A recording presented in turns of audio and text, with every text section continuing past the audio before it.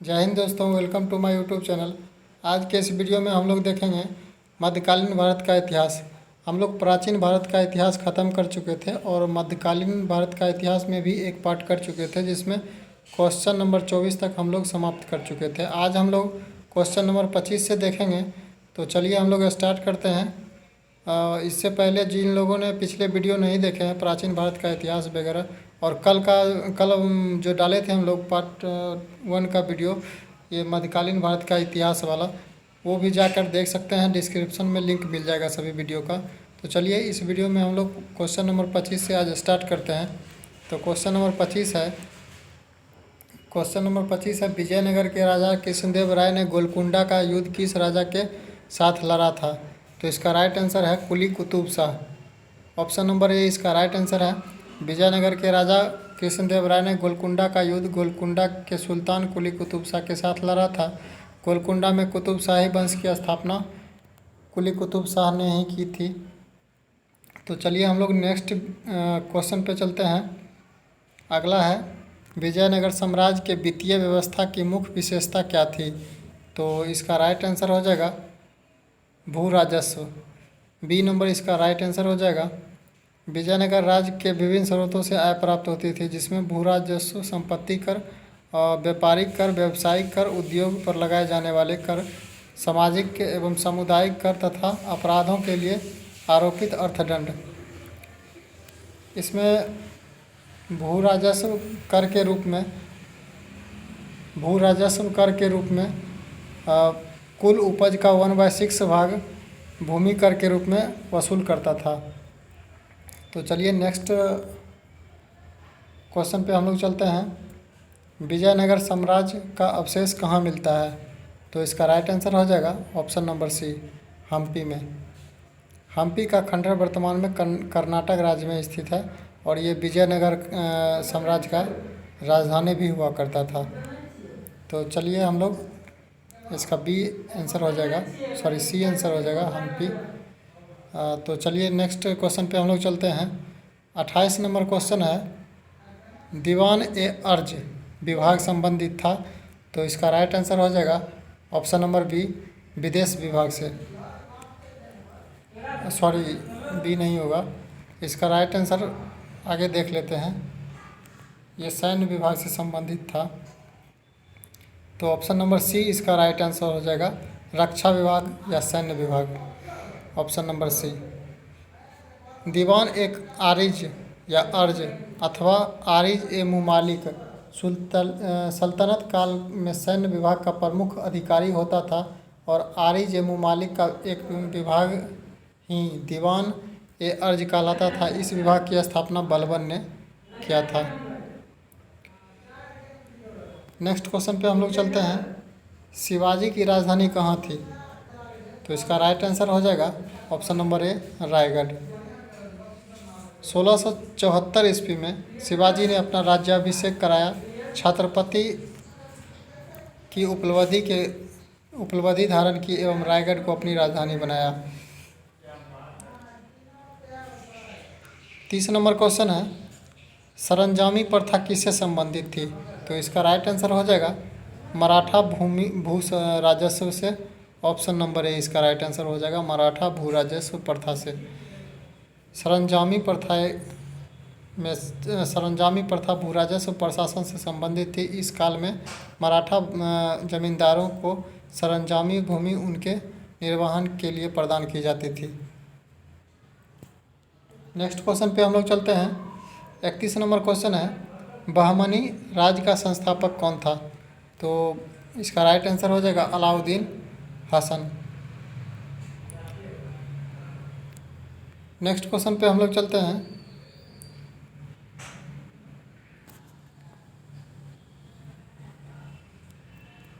बत्तीस number question है, निम्नलिखित में कौन भूमि उत्पाद पर लगाने वाले कर को इंगित करता है? निम्नलिखित में कौन भूमि उत्पाद पर लगाने वाले कर को इंगित करता है? तो इसका राइट आंसर हो जाएगा ऑप्शन नंबर, सॉरी इसमें बहुवैकल्पिक है। इसमें 1 नंबर खराज और 3 नंबर उस्र और मुक्तई 4 नंबर, ये सभी जो है उत्पाद भूमि उत्पाद पर लगाने वाले कर को इंगित करता है, जबकि खुम्स जो है एक लूट का कर हुआ करता था, लूट का धन हुआ करता था, जिसमें युद्ध के समय जो लूटा गया धन होता था उसमें 4/5 भाग उसका सैनिक में बांट दिया जाता था और 1/5 भाग राजस्व के रूप में राज दरबार में जमा किया जाता था। तो इसका राइट आंसर हो जाता है यहाँ पे ऑप्शन नंबर डी। अगले क्वेश्चन पे हम लोग चलते हैं। 33 नंबर क्वेश्चन है, किस सुल्तान ने ज़मीन में फसल की नपाई का आधा राजस्व के रूप में दावा किया? तो इसका राइट आंसर हो जाएगा Alauddin Khilji, option number C. Alauddin Khilji Delhi सल्तनत का पहला सुल्तान था जिसने भू राजस्व की नीति में कुछ परिवर्तन किए थे। ये जो है 50% राजस्व के रूप में असूलते थे। तो ये दिल्ली सल्तनत का पहला शासक था और इससे पहले मोहम्मद बिन तुगलक जो थे वो 3/4 भाग असला करते थे। तो चलिए नेक्स्ट क्वेश्चन पे हम लोग चलते हैं। अगला क्वेश्चन है, शेख बहाउद्दीन जकारिया किस संप्रदाय के थे? तो इसका राइट आंसर हो जाएगा सुहरावर्दी संप्रदाय, ऑप्शन नंबर ए। भारतवर्ष में सुहरावर्दी संप्रदाय शेख बहाउद्दीन जकारिया से प्रारंभ हुआ। सूफियों के इस संप्रदाय में शेख सदरुद्दीन आरिफ, शेख रुकनुद्दीन अबुल फतह और शेख जलालुद्दीन सुर्ख आदि हुए। इस संप्रदाय के संत सुखमय जीवन पर बल देते थे, धन और संपत्ति को साधना में बाधक नहीं मानते थे। तो चलिए नेक्स्ट क्वेश्चन पे हम लोग चलते हैं। 35 नंबर क्वेश्चन है आपका। 35 नंबर क्वेश्चन कह रहा है कि इन शासकों में से किसने अपनी सैन्य टुकड़ियों को 100, 250 और 500 की इकाइयों में विभाजित किया था? तो इसका राइट आंसर हो जाएगा ऑप्शन नंबर ई। ऑप्शन नंबर ई राइट आंसर हो जाएगा। इसमें इनमें से कोई नहीं होगा, उपरोक्त में से कोई नहीं आंसर हो इसका हो जाएगा। इस्लाम शाह जो शेर शाह का पुत्र था, इन्होंने ही अपने सैन्य टुकड़ियों को 200 और 250 और 500 की इकाइयों में विभाजित किया था। तो इसका राइट आंसर इस्लाम शाह हो जाएगा। हालांकि ये प्रथा कहा जाता है कि शेरशाह सूरी के समय से ही प्रचलित था, लेकिन बीपीएससी के द्वारा इसको ऑप्शन नंबर ई माना गया। तो इसका राइट आंसर ऑप्शन नंबर ई हो जाएगा, इस्लाम शाह जो शेरशाह का पुत्र था। नेक्स्ट क्वेश्चन पे हम लोग चलते हैं। जवाबीत का संबंध किससे था? तो इसका राइट आंसर हो जाएगा ऑप्शन नंबर ए, राज कानून से। अगले क्वेश्चन पे चलते हैं। अगला क्वेश्चन है, सल्तनत काल के सिक्के टांका, ससगनी एवं जीतल किन धातुओं के थे? तो इसका राइट आंसर हो जाएगा ऑप्शन नंबर ए, चांदी और तांबा। सल्तनत काल में टंका चांदी एवं जीतल तांबे का बना होता था। ये दोनों सिक्के इल्तुतमिश द्वारा प्रचलित किए गए। सस्कनी भी चांदी का सिक्का था। उसके बाद टंका एवं जीतल का अनुपात जो होता था वो 1:48 का अनुपात में हुआ करता था। तो ये जो है ये पॉइंट पूछ सकता है एग्ज़ाम में। टंका एवं जीतल का अनुपात 1:48 हुआ करता था। नेक्स्ट क्वेश्चन पे चलते हैं हम लोग। 38 नंबर क्वेश्चन है, भारत में कागज़ का प्रयोग कब से प्रारंभ हुआ? तो इसका राइट आंसर हो जाएगा 12वीं शताब्दी में, ऑप्शन नंबर ए। विश्व में सर्वप्रथम कागज़ का आविष्कार चीन में हुआ था। भारत में कागज़ का प्रयोग 12वीं शताब्दी के प्रारंभ में हुआ। आशुतोष संग्रहालय कलकत्ता में जो स्थित है, 1105 ईस्वी का पेपर संरक्षित किया गया, जिसका शीर्षक पंचरक्षा है। यह भारत में कागज़ का सबसे प्राचीन प्रमाण स्थित है। नेक्स्ट क्वेश्चन पे हम लोग चलते हैं। 39 नंबर क्वेश्चन है, तबकात ए नासरी का लेखक कौन था? तो इसका राइट आंसर हो जाएगा ऑप्शन नंबर सी, मिनहाज उस सिराज। ये सब इम्पोर्टेंट क्वेश्चन हो जाता है, तो ध्यान रखिएगा।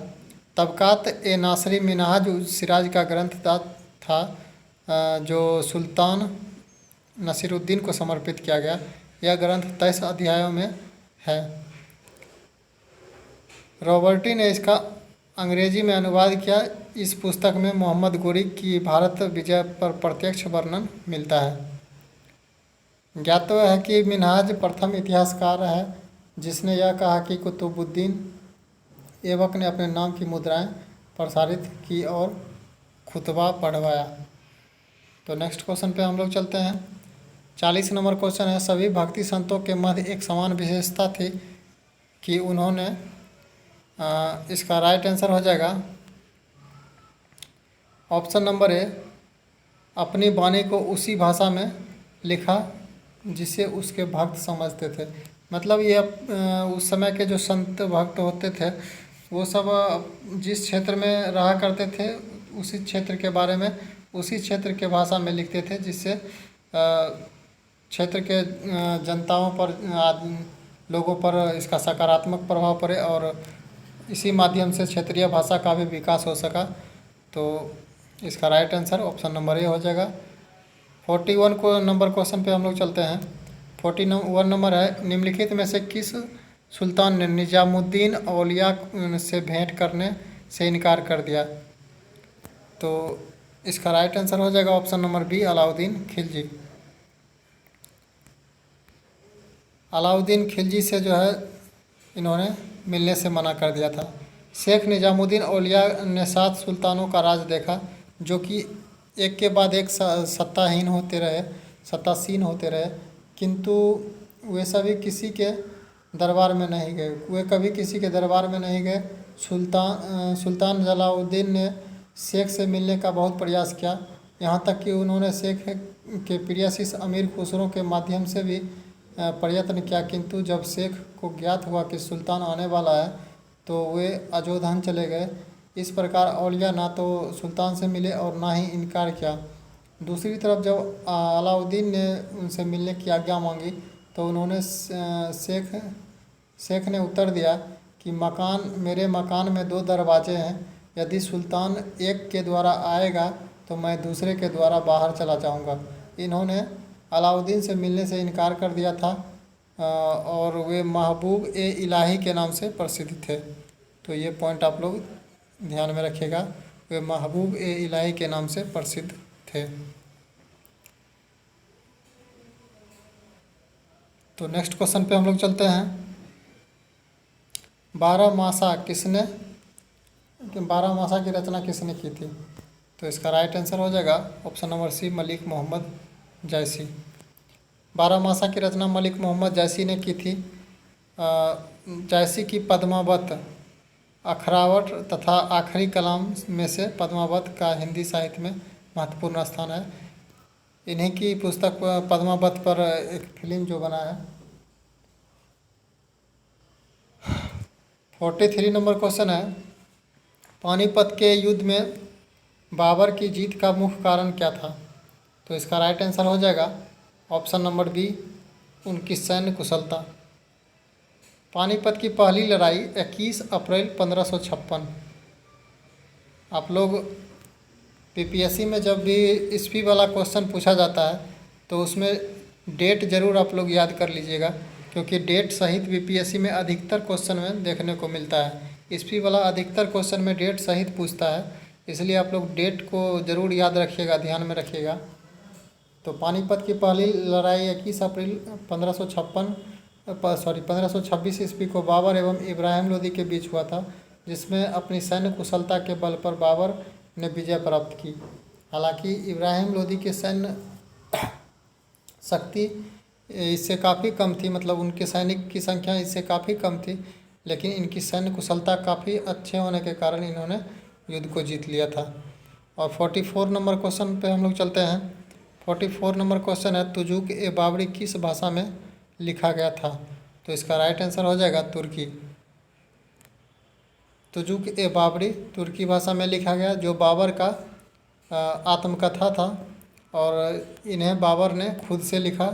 बाबरनामा या तुजुक ए बाबरी एक ही पुस्तक है। और तुर्की भाषा जो है बाबर का मुग़ल साम्राज्य का राजभाषा नहीं होने के कारण भी इसे तुर्की भाषा में लिखा गया। बाबर मुग़ल साम्राज्य का जो है आधिकारिक राज्य का आधिकारिक भाषा अरबी हुआ करता था। नेक्स्ट क्वेश्चन पे हम लोग चलते हैं।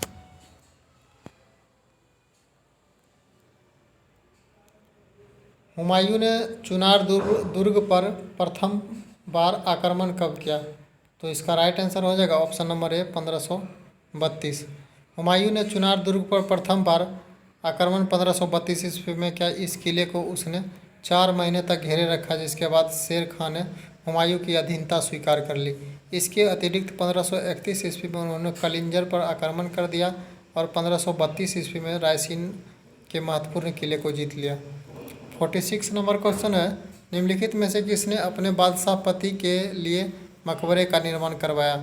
तो इसका राइट आंसर हो जाएगा ऑप्शन नंबर बी, हाजी बेगम। हाजी बेगम ने अपनी पति हुमायूं के मकबरे का निर्माण दिल्ली दीन पनाह में 1564 ईस्वी में करवाया। इस मकबरे का नक्शा मीरक मिर्जा गियास ईरानी वास्तुकार जो था इन्होंने नक्शा बनवाया और श्वेत संगमरमर से बना यह भारत का प्रथम गुंबद वाला मकबरा है। इस मकबरे के परितः एक बाग की रचना हुई है। 47 नंबर क्वेश्चन को देखते हैं। 47 नंबर क्वेश्चन है, हुमायूं नामा की रचना किसने की? तो इसका राइट आंसर हो जाएगा ऑप्शन नंबर सी, गुलबदन बेगम।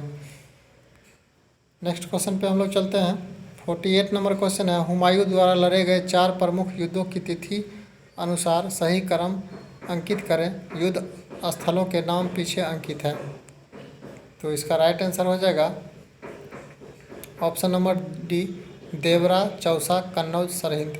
हुमायूं द्वारा लड़े गए 4 प्रमुख युद्ध का क्रम इस प्रकार है: देवरा, चौसा, कन्नौज एवं सरहिंद। 1531 ईस्वी में इन्होंने गोमती तट पर स्थित दोहा या देवरा नामक स्थान पर अफगान विद्रोहियों को परास्त किया। 26 अक्टूबर 1539 को चौसा के युद्ध में हुमायूं को शेरशाह से पराजित होना पड़ा। इसी युद्ध में निजाम नामक भिस्ती ने हुमायूं की जान बचाई। हुमायूं के विरुद्ध चौसा की इस विजय से शेर खां या शेरशाह की शक्ति एवं प्रतिष्ठा दोनों से वृद्धि हुई। उन्होंने शेरशाह को पदवी धारण कर अपने नाम का खुतबा पढ़वाया तथा सिक्के पर भी अंकित करवाया। 17 मई 1540 को कन्नौज या बिलग्राम के युद्ध में भी हुमायूं को शेरशाह से पराजित होना पड़ा और विवश होकर एक निर्वासित की भांति इधर उधर भटकना पड़ा। 22 जून 1555 ईस्वी को सरहिंद युद्ध की विजय में हुमायूं को एक बार पुनः उसका खोया हुआ राज्य वापस आ गया। तो चलिए नेक्स्ट क्वेश्चन पे हम लोग चलते हैं। 49 नंबर क्वेश्चन है, निम्नलिखित में से किस सुल्तान ने अपने हजरत आला की उपाधि अपनाई और बाद में सुल्तान की? तो इसका राइट आंसर हो जाएगा option number C, Shershah Suri.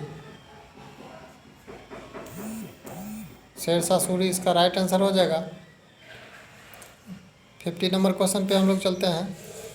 Haldi Ghati के युद्ध में महाराणा प्रताप की सेना की सेनापति कौन थे? तो इसका राइट आंसर हो जाएगा हकीम खान। हल्दी घाटी का युद्ध 1576 ईस्वी में महाराणा प्रताप और मुगल सेनापति मानसिंह एवं आसफ खां के मध्य लड़ा गया। राजपूत योद्धाओं के अलावा राणा की सेना के अग्रभाग का नेतृत्व अफगानों की एक टुकड़ी के साथ हकीम खां शुरू कर रहा था। राणा की सेना में भीलों की एक छोटी सी टुकड़ी शामिल थी। यह राणा की मुगलों के साथ आमने सामने की आखिरी मुठभेड़ थी। आगे उसने छापामार युद्ध का सहारा लिया। तो चलिए आज बस इतना ही। 50 नंबर क्वेश्चन तक आज हम लोग किए और नेक्स्ट वीडियो में हम लोग 51 से स्टार्ट करेंगे। तब तक के लिए आप लोग पिछले वीडियो को देख लीजिएगा और चैनल को सब्सक्राइब कर लीजिएगा। Thank you. मिलते हैं फिर हम लोग अगले वीडियो में। धन्यवाद।